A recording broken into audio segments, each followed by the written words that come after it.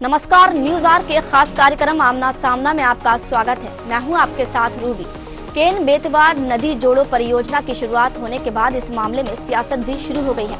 CM doctor Mohan Yadav ने जयराम रमेश के बयान पर पलटवार करते हुए कांग्रेस पर जमकर निशाना साधा। ऐसे में अब केन बेतवा लिंक परियोजना को लेकर बुंदेलखंड से दिल्ली तक सियासत शुरू हो गई है, क्योंकि इस मामले में समाजवादी पार्टी के अध्यक्ष और यूपी के पूर्व सीएम अखिलेश यादव ने भी बड़ा बयान दिया है। आज इसी मुद्दे पर हम करेंगे आमना सामना।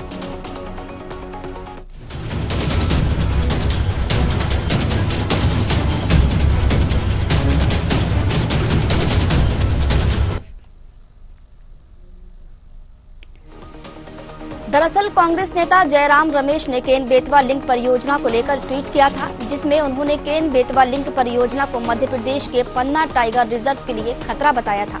कांग्रेस नेता ने अपने ट्वीट में लिखा कि केन बेतवा नदी जोड़ो परियोजना से उस टाइगर रिजर्व के 10% से अधिक मुख्य क्षेत्र जलमग्न हो जाएगा, तो न सिर्फ बाघों के आवास बल्कि गिद्धों जैसी अन्य प्रजातियां भी नष्ट हो जाएंगी। पारिस्थितिक तंत्र 2 भागों में बढ़ जाएगा। 23 लाख से ज्यादा पेड़ काटे जाने हैं। कंस्ट्रक्शन गतिविधियों के कारण गंभीर रूप से व्यवधान उत्पन्न होगा। 3 सीमेंट कारखानों की योजना बनाई जा रही है, जिनमें से एक पार्क के आसपास पहले ही चालू हो चुकी है।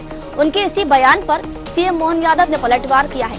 वहीं कांग्रेस विधायक शैलेंद्र पटेल ने कहा कि जयराम रमेश जी की चिंता अपनी जगह जायज है। जिस देश में सुई नहीं बनती थी, उस देश में इतना विकास हुआ है तो सिर्फ कांग्रेस के ही शासनकाल में हुआ है।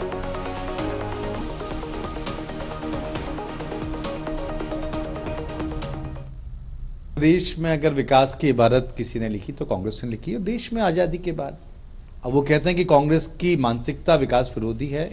जिस देश में सुई नहीं बनती थी तो आज इतना विकास हुआ, कहां से हुआ? मध्य प्रदेश में बीएचईएल किसने बनाया? पीतमपुर, मंडीदीप, देवास, इतने सारे इंडस्ट्रियल कॉरिडोर किसने बनाए? और आज वो कह रहे हैं जयराम रमेश जी की चिंता अपनी जगह वाजिब है।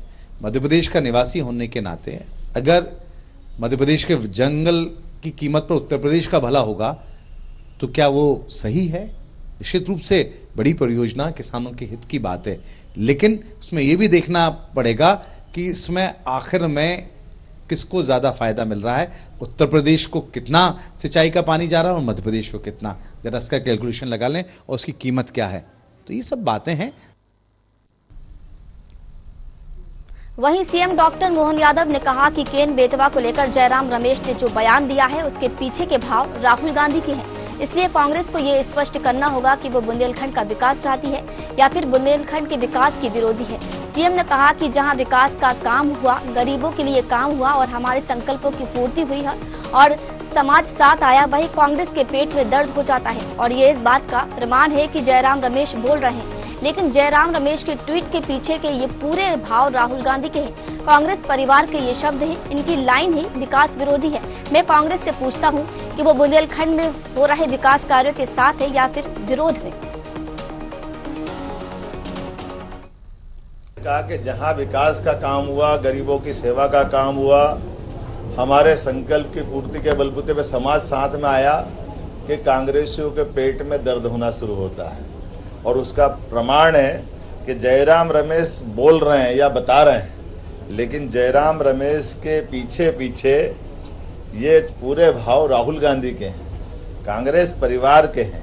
ये शब्द इनके नहीं है, इनकी लाइन ही विकास विरोधी है। और इसीलिए आप बताइए, कोई कांग्रेस का नेता किसी ने प्रशंसा की कि हाँ बुंदेलखंड में पानी आना चाहिए? आज ये प्रश्न कांग्रेस के पक्ष में है कि कांग्रेस बताए कि हाँ वो बुंदेलखंड के विकास के साथ है या विरोध में। वो क्यों नहीं प्रशंसा करती? इसका मतलब ही है कि वो बुंदेलखंड के विरोध की बात कर रहा है।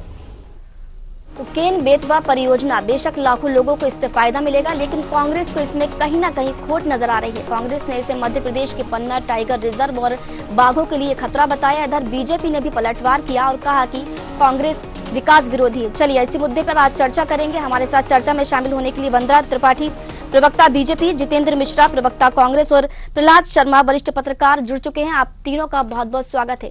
चर्चा की शुरुआत में जितेंद्र मिश्रा जी आपसे करना चाहूंगी। सीएम मोहन यादव का आरोप है कि जयराम रमेश ने जो ट्वीट किया है वो विकास विरोधी है, लेकिन ये जो विकास विरोधी ट्वीट है इसके पीछे का भाव राहुल गांधी का है और कांग्रेस का है। नहीं, देखिए मुख्यमंत्री के रूप में मोहन यादव जी ने जो बात कही है ये कहीं से भी सही नहीं है, इसलिए कि आपकी जो इच्छा शक्ति है वो विकास की नहीं है, विनाश की है। आपने जो भी विकास के वादे किए इस प्रदेश में वो खोखले साबित हुए। आपने इस देश में जो वादे किए वो धोखाधड़ी साबित हुए। आप ये बताइए, आपने गंगा के शुद्धिकरण के लिए कितना बजट अलॉटमेंट किया था? इस देश में गंगा शुद्ध हो गई क्या? मुझे ये बताइए।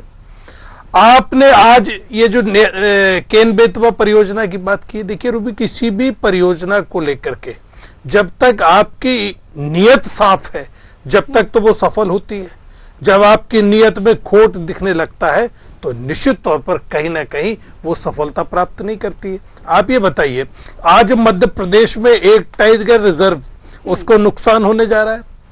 आज मध्य प्रदेश में लाखों की संख्या में जंगल काटने की योजना है और फायदा किसको मिलने वाला है? उत्तर प्रदेश को मिलने वाला है। तो मध्य प्रदेश के मुख्यमंत्री का फर्ज ये बनता है कि मध्य प्रदेश के हितों की संरक्षण करे, लेकिन वो इस केंद्र सरकार के दबाव में उस गलत कदम को भी अच्छा बता रहे।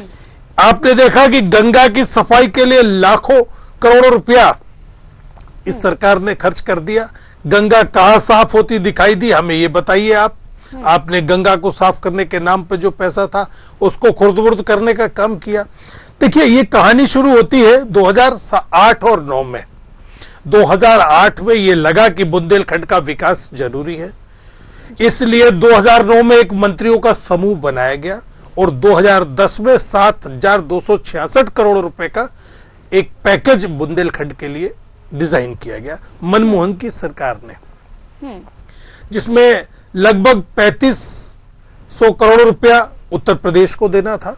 जो 6 जिले उत्तर प्रदेश के आते हैं उनमें खर्च होना था। 7 जिले में 3760 करोड़ रुपया मध्य प्रदेश को मिलना था, जिसमें से 1800 करोड़ रुपया रिलीज हो गया।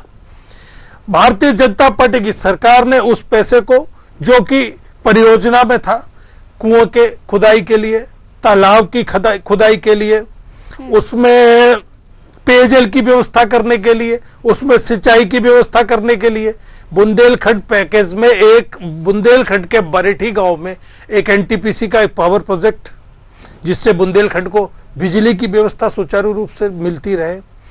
इसके लिए 500 मेगावाट की बिजली केंद्र सरकार ने दूसरी जगह से ला करके बुंदेलखंड को पूरा किया गया, ताकि बुंदेलखंड विकास के सोपान तय कर सके।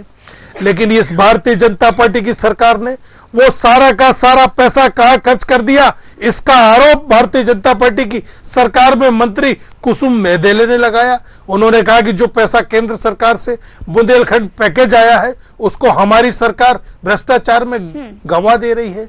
तो आप ये बताइए कि बुंदेलखंड विकास को लेकर के आप कह रहे हैं ये सोच हमारी है, ये सोच आपकी नहीं श्रीमान जी। ये तो 2008 और 9 में मनमोहन सरकार ने 1800 करोड़ रुपया बुंदेलखंड पैकेज के लिए रिलीज कर दिया था। सारा का सारा पैसा तत्कालीन सरकारों ने कहाँ कर दिया, आज भी समझ में नहीं आता।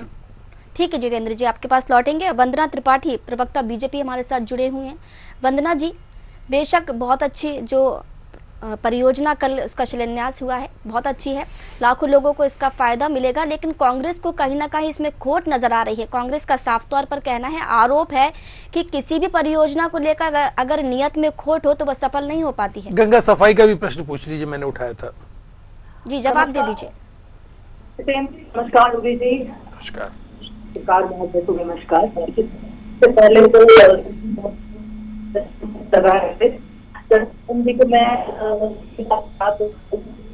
केन बेतवा लिंक परियोजना जिसका शिलान्यास माननीय प्रधानमंत्री मोदी जी ने छतरपुर के खजुराहो में किया है,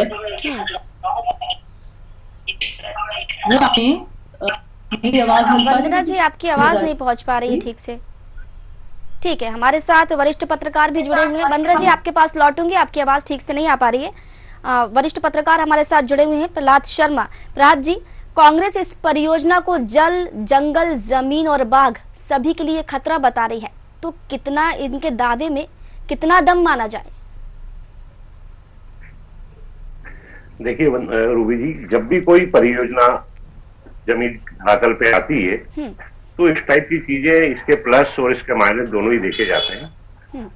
ये कोई पहली बार ऐसा नहीं हो रहा है कि किसी परियोजना के कारण कोई क्षेत्र डूब में आ रहा है। नदी जोड़ो परियोजना वर्षों से ये मुद्दा उठता रहा है, लेकिन भारत की भूमि पे ये धरातल पे नहीं आ पाया था। सबसे पहले 1858 में मद्रास में ये बात उठी थी, नदी जोड़ो परियोजना की। फिर 1960 में कांग्रेस शासन काल में ये प्रस्ताव लोकसभा में लाया गया था इस टाइप का, लेकिन उसके बाद उस पर कोई कार्य नहीं हुआ। अटल जी ने इसको गंभीरता से लिया था।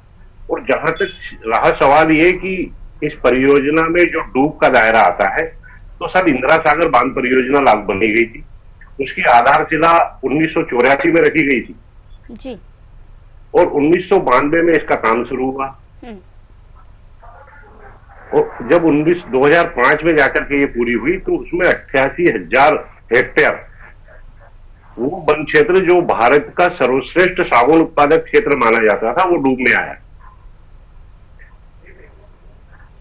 और जहां तक डूब प्रभावित वाला मामला आ रहा है, तो इस परियोजना में मात्र 10 गांव डूब में आ रहे हैं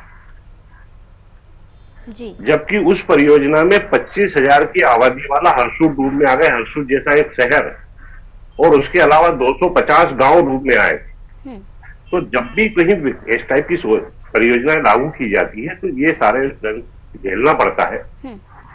इसमें 10-11 हजार लोग डूब से प्रभावित हो रहे हैं बुंदेलखंड परियोजना में, लेकिन इससे 10 गांवों की 10 लाख हेक्टेयर से अधिक कृषि भूमि सिंचित होने जा रही है। जो उस क्षेत्र में, जो अभी हमारे मिश्रा जी ने कहा था कि 2009-10 में जो पैकेज दिया गया था, वो बुंदेलखंड के लिए सूखा राहत पैकेज था। वो सूखे की संकट से हमेशा जूझता रहा है बुंदेलखंड, हमेशा वहां सूखाग्रस्त समस्याएं रही है। मैं मानता हूँ मनमोहन सिंह सरकार में एक सूखा राहत पैकेज बुंदेलखंड के लिए दिया गया था, और उसका भी बड़ा हिस्सा यूपी के ग्रामीण क्षेत्रों को उसका लाभ भी हुआ था, मध्य प्रदेश के क्षेत्र के। तो इस सूखा संकट से हमेशा के लिए निजात पाने का ये इतना ही समाधान हो सकता है, नदी जोड़ो परियोजना। और इससे हम न केवल सूखे से निपटेंगे बल्कि बाढ़ की समस्या से भी निजात पाएंगे। वहां का भूजल स्तर ऊंचा आएगा, वहां के क्षेत्र के लोगों में खुशहाली और वहां के लिए जो है रोजगार के नए अवसर सृजित हो पाएंगे। आज बुंदेलखंड में पलायन बहुत बड़ी समस्या है, उस समस्या से निजात पाया जा सकता है। जब भी कोई परियोजनाएं धरातल पे उतरती है तो उसमें इस टाइप की चीजें आती रही है, लेकिन ये कोई पहली बार नहीं हो रहा है। क्योंकि इंदिरा सागर बांध परियोजना को मैंने कवर किया हूँ, मुझे पता है, मैं उस क्षेत्रों में गया हूँ। गाँव में 250 गाँव डूब में आए, तब 25,000 की आबादी का एक ही शहर डूब गया। आज भी जब उस क्षेत्र में देखे जाएंगे तो वहां का घना सागौन जो विश्व का सर्वश्रेष्ठ सागौन माना जाता है। बैतूल लोहा हरदा क्षेत्र का जो सागौन होता है, ये हमारे भारत में ही नहीं बल्कि विश्व में ब्रिटिश की महारानी के जो सैन कक्ष में जो सागौन लगा है वो इसी क्षेत्र का है। ये गजेटर में दर्ज है नर्मदापुरम के। तो ये सर्वश्रेष्ठ सागौन है, और आज भी भारत के सर्वश्रेष्ठ सागौनों में सबसे ज्यादा रेट इसी क्षेत्र में होता है। जो इस क्षेत्र का सागौन 88,000 हेक्टेयर वन क्षेत्र डूब गया है, और इसमें केवल 6,000 हेक्टेयर डूब में आ रहे हैं। ठीक है, ठीक है वंदना जी, ये सब चीजों को प्लस माइनस ठीक है प्रहलाद जी, राजनीति लौटेंगे आपके पास प्रहलाद जी। वंदना जी हमारे साथ जुड़ चुकी हैं दोबारा, प्रवक्ता बीजेपी। वंदना जी, ठीक है, आप बहुत अच्छी परियोजना लेकर आए जिसका कल शिलान्यास किया गया। बेशक लाखों लोगों को इसका फायदा मिलेगा, लेकिन कांग्रेस को इसमें कहीं ना कहीं खोट नजर आ रही है। कांग्रेस का साफ तौर पर कहना है कि अगर किसी भी परियोजना को लेकर नियत में खोट हो तो वह सफल नहीं हो पाती है। आई होप रूबी जी मेरी आवाज आपको मिल रही है? जी बिल्कुल जी, सभी को पुनः नमस्कार। देखिए रूबी जी, सबसे पहले तो जिस प्रकार से कल केन बेतवा लिंक परियोजना का शिलान्यास माननीय प्रधानमंत्री मोदी जी ने किया है, श्रद्धेय अटल बिहारी वाजपेयी जी की 100वीं जन्म जयंती पर इस योजना का शिलान्यास करने के पीछे का एक कारण। देखिए, अटल बिहारी जी एक ऐसे राजनेता थे जिनकी तारीफ और जिनके जो विजन कोई विपक्ष है वो भी सही मानता था। अटल बिहारी जी ने एक सपना देखा था कि नदियों को नदियों से जोड़ने का एक प्रयत्न भारत में किया जाए, क्योंकि भारत एक संपदा और संसाधन से संपन्न देश है, और सबसे ज्यादा हमारे यहाँ अगर कोई चीज सबसे बड़ी चीज है तो वो है हमारी नदियां। हमारे देश में विभिन्न नदियां हैं, छोटी बड़ी नदियां, कोई ग्लेशियर्स पर आधारित, कोई जंगलों पर आधारित, लेकिन उसके बावजूद अगर पेयजल की या किसी भी प्रकार की या सिंचाई के लिए जल की समस्या कहीं आती है, तो भारत सरकार अगर ये कदम उठा रही है कि केन बेतवा, पार्वती, काली सिंध जैसी योजनाएं लाकर अगर अपने राज्य के साथ साथ दूसरे पड़ोसी राज्य का भी उसको भी उसका लाभ मिल रहा है, तो ये एक बड़े विजन की तरफ इशारा करता है कि भारत में हम ये कोशिश कर रहे हैं कि हम जो बात कहते हैं सबका साथ सबका विकास, तो हम सबका साथ सबका विकास की नीति पर कार्य कर रहे हैं। मैं जितेंद्र जी की बातें सुन रही थी और जितेंद्र जी जो ये भ्रम फैलाने का कार्य कर रहे थे कांग्रेस पार्टी की ओर से जयराम रमेश जी की तरह, तो जितेंद्र जी आपकी जानकारी के लिए मैं जरा आपके आंकड़े दुरुस्त कर दूं। मध्य प्रदेश के छतरपुर, पन्ना, टीकमगढ़, निमाड़ी, दमोह, शिवपुरी, दतिया, रायसेन, विदिशा और सागर जिले को इस योजना से लाभ मिलेगा। बुंदेलखंड की कुल 8.11 हेक्टेयर क्षेत्र में वार्षिक सिंचाई और उत्तर प्रदेश में 2.91, नोट कर लीजिएगा, मध्य प्रदेश में 8.11 और उत्तर प्रदेश में 2.91 हेक्टेयर भूमि सिंचाई की भूमि इससे सिंचित होगी। अब इसमें कुल जो आबादी जो लाभान्वित होने वाली है वो है मध्य प्रदेश की 41 लाख और उत्तर प्रदेश की 21 लाख। तो जरा आप डिफरेंस के एक बार देख लीजिएगा कि 20 लाख का डिफरेंस आ रहा है आबादी में भी। तो आप कह रहे थे कि आप बड़े कॉन्फिडेंस के साथ ही कह रहे थे कि उत्तर प्रदेश को लाभ पहुंचाने के लिए माननीय मुख्यमंत्री जी ने प्रधानमंत्री जी की योजना को, तो अब तथ्यों और तर्कों के बाद तो मुझे लगता है कि जनता भी ये समझ होगी कि इस योजना का लाभ जवाब ले लेते हैं। जितेंद्र जी जवाब दीजिए। उत्तर प्रदेश को कम मिलेगा। ठीक है वंदना जी, दूसरी चीज, जब पन्ना टाइगर रिजर्व के बारे में बड़ी बड़ी बातें कांग्रेस पार्टी करती है, तो जरा आपको एक बात बता दें कि ये इस तरह की जब योजनाएं आती हैं उसके पहले सारे पर्यावरणविद, सारे एनजीटी के जो भी ट्रिब्यूनल के लोग होते हैं वो सारे लोगों से चर्चा कर ही इस तरह की योजनाएं बनाई जाती है। ठीक है वंदना जी, ठीक है, ठीक है, जवाब ले लेते हैं। जितेंद्र जी से जवाब ले लेते हैं। आपका आरोप है कि भ्रमित करने का काम वो यहाँ पर कर रहे हैं। ठीक है जितेंद्र जी बोलिए। मेरा ये कहना है कि 3760 करोड़ रुपया जो मध्य प्रदेश सरकार को, जिसमें भारतीय जनता पार्टी की सरकार है, केंद्र ने जो पैकेज दिया था बुंदेलखंड, उस पैसे का आपने क्या किया? आपने कितने कुएं खोदे, कितने तालाब बनाए? इसका अगर आप जवाब दे देंगे तो निश्चित तौर पर ये मानूंगा कि इस योजना को लेकर के भी आपके मन में पारदर्शिता है। उस पैसे को खुर्द-बुर्द करने का काम आपकी सरकार ने किया और ये पाप है। सूखा राहत पैकेज, जिस पैसे को अगर सरकार पचा जाए उससे बड़ा पाप नहीं होता है, और उसको पचाने का काम आपकी सरकार ने किया है। गंगा की सफाई के लिए इस देश का कितना पैसा कहां गया ये बताइए। आपने कहा था गंगा सफाई का ये पैकेज है और गंगा साफ हो जाएगी। क्या गंगा साफ हो गई? पैसा जरूर साफ हो गया जो गंगा के नाम पर अलॉट किया था आपने। मुझे ये बताइए कि किस तरीके से पेयजल के लिए, सिंचाई के लिए जो मध्य प्रदेश सरकार को केंद्र सरकार ने पैसा दिया था, मैंने आपको एनटीपीसी के बरेठी प्लांट का जिक्र किया, उसमें बताइए आपने क्या किया। आज ये मैं इसको देख रहा था तो एक मेडिकल कॉलेज स्वास्थ्य की दृष्टि से उन्नयन के लिए था, उसका उन्नयन नहीं कर पाए आप। एक कृषि विश्वविद्यालय झांसी में खोलने की बात थी, उस कृषि विश्वविद्यालय का क्या हुआ? सारा पैसा गया कहां? मुझे समझ में नहीं आ रहा है। जब आप 1800 करोड़ रुपया, 3760 करोड़ रुपए का विकास नहीं बता सकते, जब आप लाखों करोड़ के बजट से गंगा की सफाई के नाम पर बैनर और पोस्टर लगाने में खर्च कर देते हैं, गंगा की सफाई नहीं कर पाते, तो मैं कैसे मान लूं कि ये बेतवा का जो प्रोजेक्ट आप लेकर के आए, इसको लेकर के आपकी नीयत साफ है। मुझे तो लग रहा है इस पैसे को खुर्द-बुर्द करने की तैयारी है। और रहा सवाल भारतीय जनता पार्टी अगर कहीं कहीं पारदर्शिता की बात करती है, तो आपने देखा कैसे 52 किलो सोना, 2.5 क्विंटल चांदी, करोड़ों रुपया, आपने देखा किस तरीके से सामने आ रहा है। लगातार भ्रष्टाचार करने वाले लोग अगर इस तरीके से विकास की बात करेंगे तो उनको मुझे समझ में नहीं आता है। ठीक है वंदना जी, कुछ कहना चाह रही थी आप। और जितेंद्र जी का आरोप है कि जो गंगा सफाई का पैकेज आपको मिला था, सफाई तो नहीं हो पाई है, लेकिन जो पैकेज दिया गया था, जो पैसा दिया गया था, वो जरूर साफ हो गया है। देखिए कांग्रेस पार्टी के बहुत ही वरिष्ठ और अच्छे प्रवक्ता है जितेंद्र जी, और बातों को घुमाना फिराना और उन्हें कैसे ट्विस्ट एंड टर्न देना है वो बहुत अच्छे से जानते हैं, और विषय भ्रम फैलाने में भी बहुत एक्सपर्ट है, और इसीलिए कांग्रेस पार्टी के एक रिनाउंड प्रवक्ता के रूप में जाने जाते हैं। देखिए, अभी हमारी चर्चा चल रही है केन बेतवा पर, ये गंगा पे पहुंच गए, ये सौरभ तो शर्मा आपका इतिहास बताता हमारा है। टॉपिक ऑफ डिस्कशन है, वंदना उस पे जी, हम मैं गलत आरोप नहीं लगा रहा हूँ, प्रहलाद शर्मा जी स्पष्ट करेंगे अभी उस आरोप को मेरे। माननीय जितेंद्र मिश्रा जी क्षमा करें, हम अगर अपने टॉपिक पर रहेंगे तो बेहतर होगा। नहीं, देखिए कैसी बात कर रही वंदना जी, आप वरिष्ठ प्रवक्ता है भारतीय जनता पार्टी की, मैं आपका सम्मान करता हूँ, लेकिन आपका इतिहास बताता है कि आप कोई भी परियोजना लाई, आपकी नीयत साफ नहीं है, आपकी सरकारों की नीयत साफ नहीं है।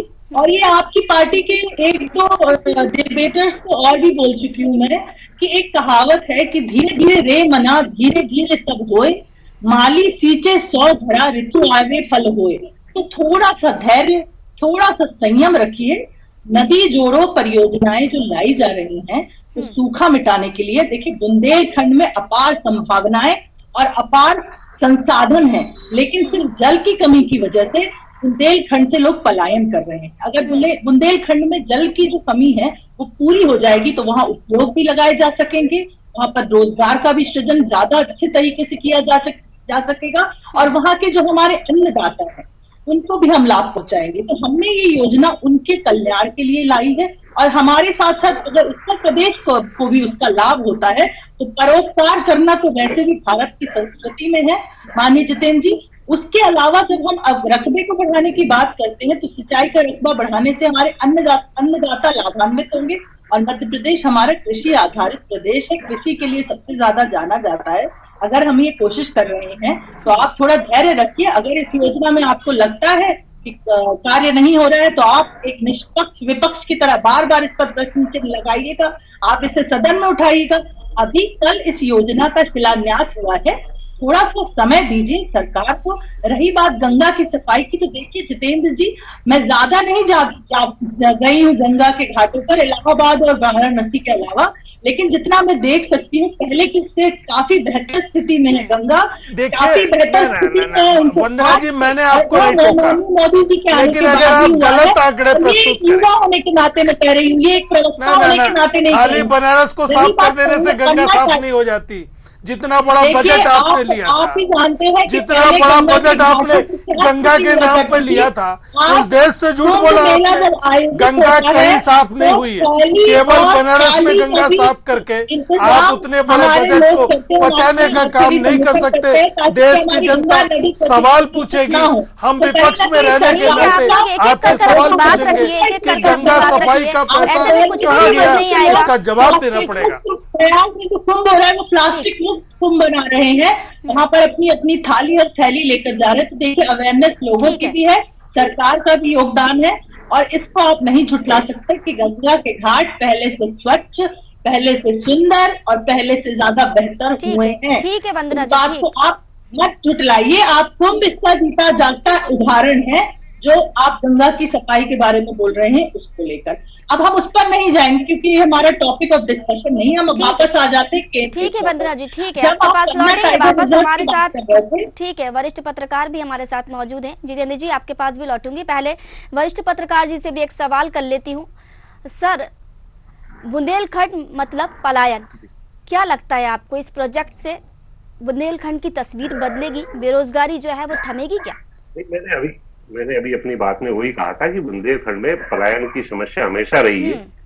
जैसा मिश्रा जी ने कहा कि सूखा पैकेज देना ही खाली उसका समाधान नहीं है। सही बात है, जब कोई विषय पे डिस्कस होता है तो हमको इतिहास की समीक्षा करना होती है ताकि हम भविष्य का आंकलन कर सके।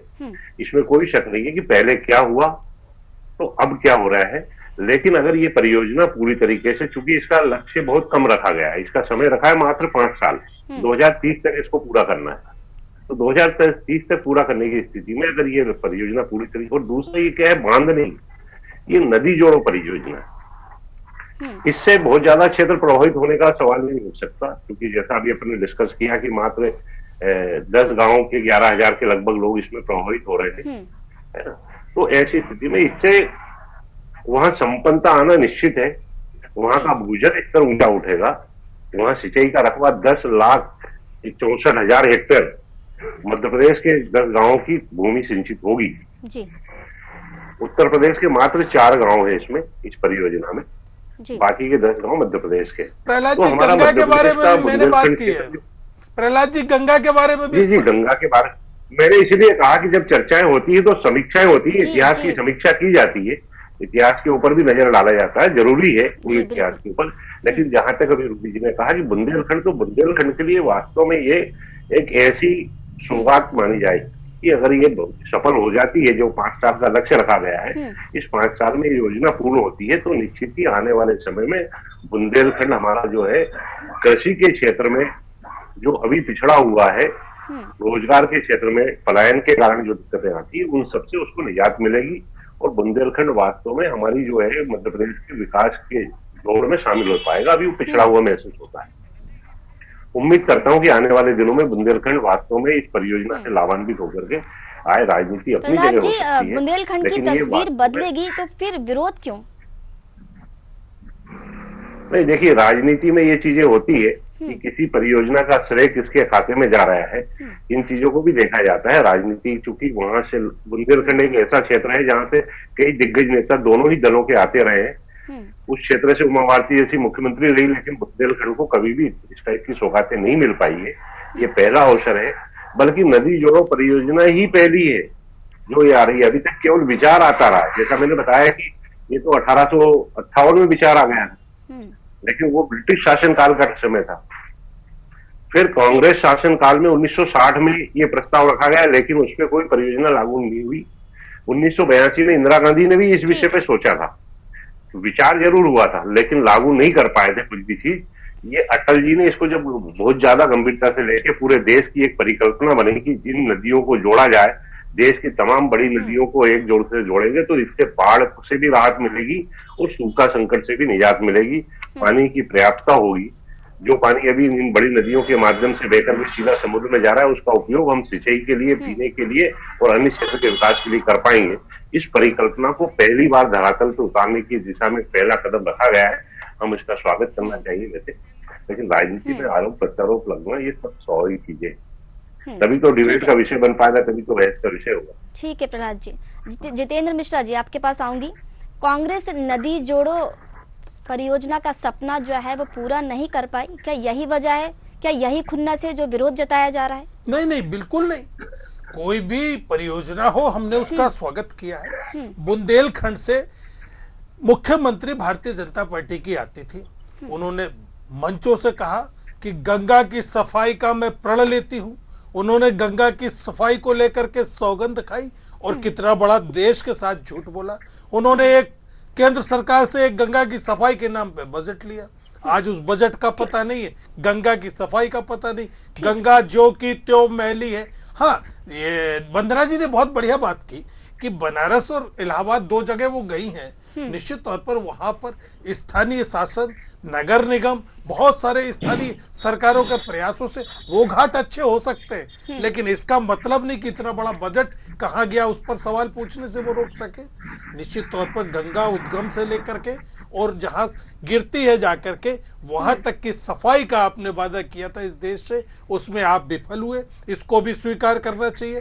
केन बेतवा परियोजना में आप सफल हो, हम ऐसी आपसे आशा करते हैं, लेकिन इस देश में, इस प्रदेश में, लेकिन थोड़ा समय देना होगा ना उनको। नहीं, कल ही तो बिल्कुल। शिलान्यास हुआ है। आपकी पुरानी परियोजनाओं पे भी तो बात होगी। आप एक के बाद एक नई परियोजनाओं की बात करते हैं और पुरानी परियोजनाओं में आप विफल हो जाते हैं।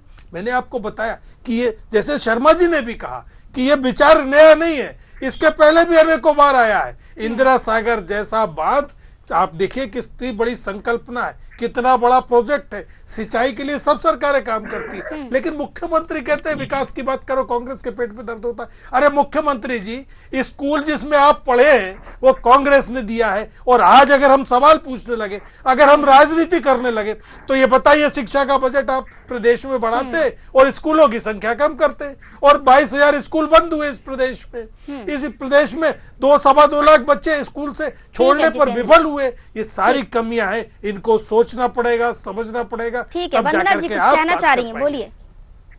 जी रूबी जी, मैं आपसे विदा लूंगी, मेरी दूसरी डिबेट का टाइम हो रहा है। बस मैं एक पॉइंट ऐड करना चाहूंगी जी जितेंद्र बिल्कुल। की जानकारी के लिए। माननीय वरिष्ठ पत्रकार जी को वैसे ये चीज नॉलेज में होगी ही कि जो पन्ना टाइगर रिजर्व की बार बार बात आ रही है कि उसका जंगल इससे इफेक्टेड होगा। अगर जितना भी थोड़ा बहुत जंगल उसमें इफेक्टेड हो रहा है तो उसके लिए भी एक निर्णय लिया गया है कि पन्ना टाइगर रिजर्व का जो जंगल का जो उसको एरिया है उसको बढ़ाया जाएगा। और मुझे लगता है, जहां तक मेरी जानकारी है, 2.14 किलोमीटर वर्ग जो जंगल है उसको बढ़ाने के लिए, टाइगरों के जो घूमने फिरने के लिए जो जंगल है उसको बढ़ाने की बात भी की गई है। और उस तथ्य पर मैं पूरी तरह से पुष्टि नहीं कर सकती क्योंकि एक आंकड़ा मेरे पास नहीं है, पर बढ़ाने की बिल्कुल बात हुई है और लगभग लगभग 2.5 किलोमीटर के आसपास वो जंगल बढ़ाने की बात की गई है। तो हम ये नहीं चाहते कि हमारे टाइगर्स या हमारे जितने भी जीव जंतु हैं वो सब इफेक्टेड हों। हम ये पूरी कोशिश करेंगे कि ये नदी जोड़ो परियोजना के साथ साथ हमारे जो जंगल अगर जहाँ पे भी कट रहे हैं और थोड़ा बहुत उन्हें अगर नुकसान पहुंच रहा है तो उसका हम कहीं ना कहीं कंट्रोलिंग मैनेजमेंट भी कर रहे हैं, क्योंकि हमने एनजीटी और पर्यावरणविदों के साथ बैठकर सबके साथ मिलकर ये योजना बनाई है। और ये योजना अपने आप में बुंदेलखंड की दशा और दिशा को ठीक पूरी तरह से बदल कर रख देगी। ठीक बस ठीक हमें थोड़ा संयम रखना ठीक पड़ेगा। है वंदना जी। विपक्ष अपनी जगह सही है, विपक्ष का काम है प्रश्न चिन्ह लगाना, और कहीं ना ठीक कहीं विपक्ष जब प्रश्न चिन्ह लगाता है तो जो सरकार होती ठीक है है वंदना जी, उसके समय का कार्य अभाव प्रगति है, की चर्चा को मिलती है। यहीं रोकना चाहूंगी। आप तीनों मेहमानों का शुक्रिया, आप हमारे साथ जुड़े और अपना कीमती समय दिया। तो देखिए, केन बेतवा प्रोजेक्ट का शिलान्यास हो चुका है। पूर्व प्रधानमंत्री स्वर्गीय अटल बिहारी वाजपेयी जी के सपने को मौजूदा पीएम नरेंद्र मोदी ने साकार कर दिया है। नदी लिंक परियोजना देश की पहली बड़ी परियोजना है, जिसे लेकर दावा किया जा रहा है कि इससे बुंदेलखंड अंचल की तस्वीर बदल जाएगी। लेकिन कांग्रेस का आरोप है कि परियोजना तो लेकर आते हैं, पुरानी परियोजना पर काम नहीं कर पाते, लेकिन एक के बाद एक दूसरी परियोजना लेकर आते हैं। खैर, हमारे आज के खास कार्यक्रम में इतना ही। मुझे दीजिए इजाजत, नमस्कार।